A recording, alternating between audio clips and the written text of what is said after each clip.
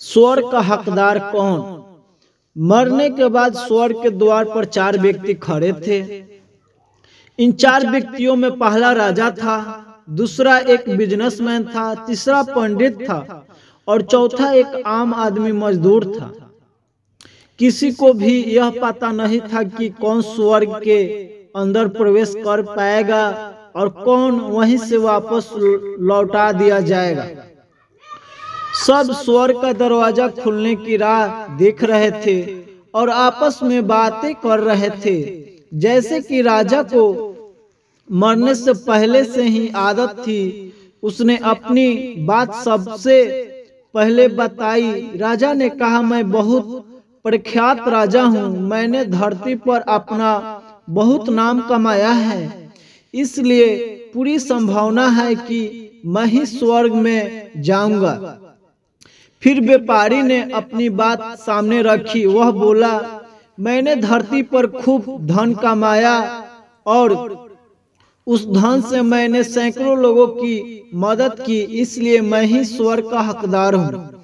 अब बारी थी पंडित की, तो पंडित ने मुंह खोला और सबको यह कहा, चाहे तुम जो सोच लो, लेकिन यह बात तो तय है कि स्वर्ग के दरवाजे खुलेंगे तो मेरे लिए ही।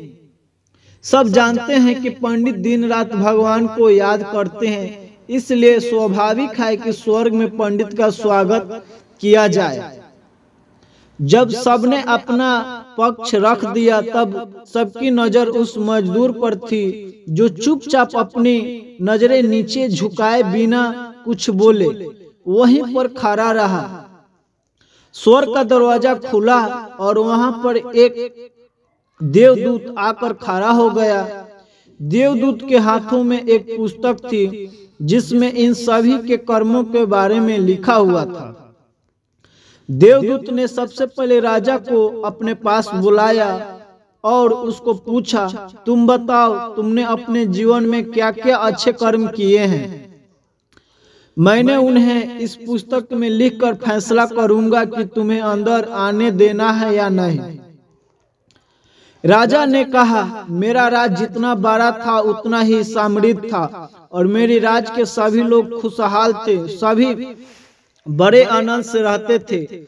मैंने उन्हें कभी भी किसी भी चीज की कमी नहीं होने दी, यही मेरे अच्छे कर्म हैं।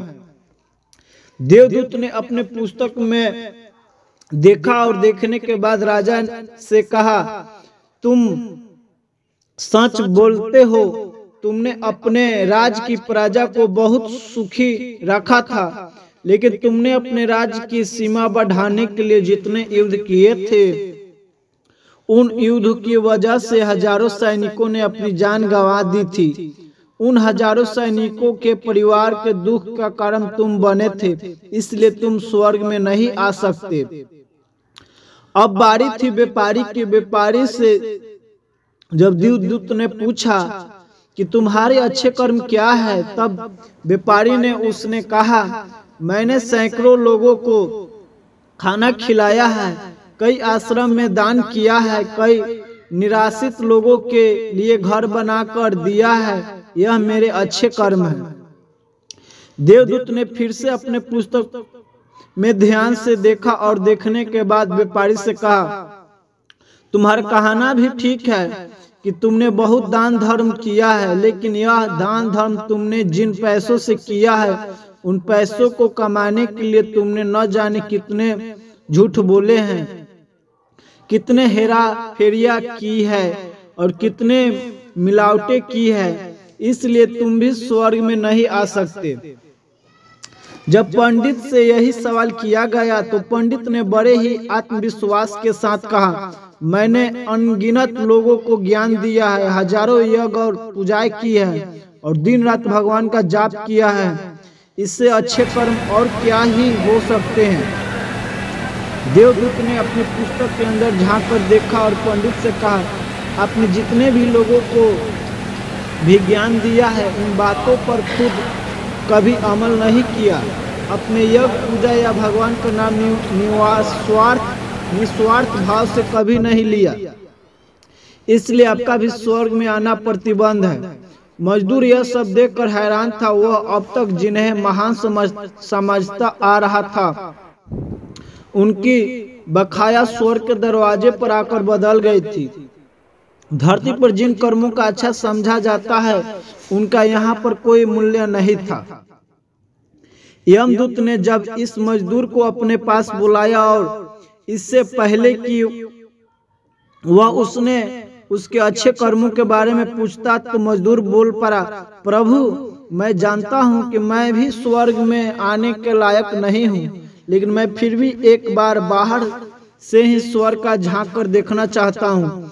बस इससे ज्यादा मेरी कोई इच्छा है ही नहीं, क्योंकि ऐसा इच्छा पालने के लिए मैंने जीवन में कुछ भी नहीं किया है। मैं पूरा दिन मेहनत करता और जो भी पैसे कमाता उन्हें अपने परिवार को पालन पोषण में खर्चे कर देता है, इसलिए दान धर्म के लिए कुछ बचता ही नहीं। लोगों की भला मैं क्या सेवा करता, क्योंकि काम के बाद जो थोड़ा सा समय मिलता उसको अपनी ही बूढ़े माँ बाप की सेवा में बिता देता। और यह सब करने के बाद मैं भी कभी कभी मंदिर भी चल जाता और भगवान से जैसा भी मुझे दिया है उस जीवन के लिए धन्यवाद कहता। देवदूत ने अपने पुस्तक में बड़े ध्यान से देखा और थोड़ी देर देखते ही रहा। फिर उसने मजदूर से पूछा कि तुम याद करके बताओ, तुमने कभी तो कोई अच्छा काम किया होगा।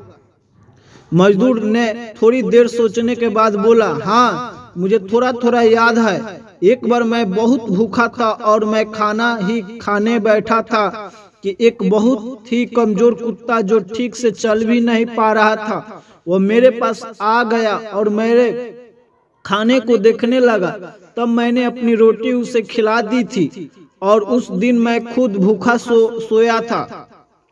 मजदूर की बात सुनते ही बाद देवदूत मुस्कुराए और मजदूर को बड़े सम्मान से स्वर्ग के अंदर लेकर गया।